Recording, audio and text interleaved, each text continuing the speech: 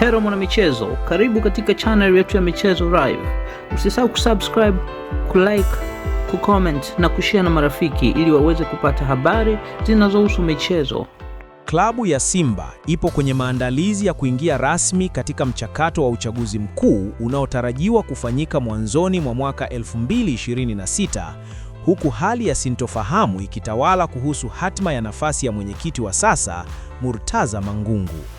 Kadri siku zinavyokaribia, majina ya wanachama wenye ushawishi mkubwa yameanza kujitokeza, yakitajwa kuwa katika mbio za kuwania uongozi wa juu wa klabu hiyo. Miongoni mwa majina yanayotajwa sana ni pamoja na Moses Kalua, Mohamed Soloka na Swedi Mkwabi, ambao wote wanaelezwa kuwa na nguvu kubwa ndani ya klabu.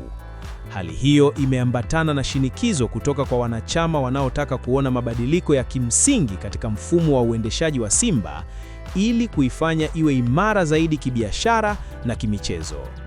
Katika mvutano huo wa kisiasa wa klabu, jina la aliyewahi kuwa ofisa mtendaji mkuu CEO Barbara Gonzalez limeibuka tena na kuzua gumzo kubwa miongoni mwa wanachama, likionekana kama chaguo mbadala lenye mvuto wa kipekee.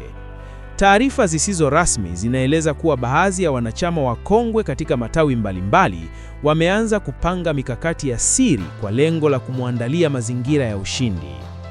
Aidha, meneja wa idara ya habari na mawasiliano wa Simba, Ahmed Ali, naye ametajwa kuwa miongoni mwa watu wanaoweza kuwania nafasi hiyo, hali inayotarajiwa kuifanya kinyang'anyiro hicho kuwa na ushindani mkali zaidi.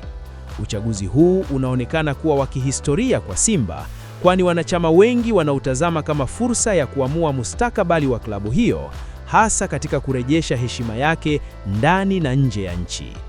Kadri kampeni zinavyozidi kupamba moto katika matawi mbalimbali, macho ya wanasimba sasa yameelekezwa kwenye sanduku la kura kusubiri kuona ni nani kati ya vigogo hao atakayepewa dhamana ya kuiongoza klabu katika ukurasa mpya. Asante kwa kutufuatilia mpaka mwisho.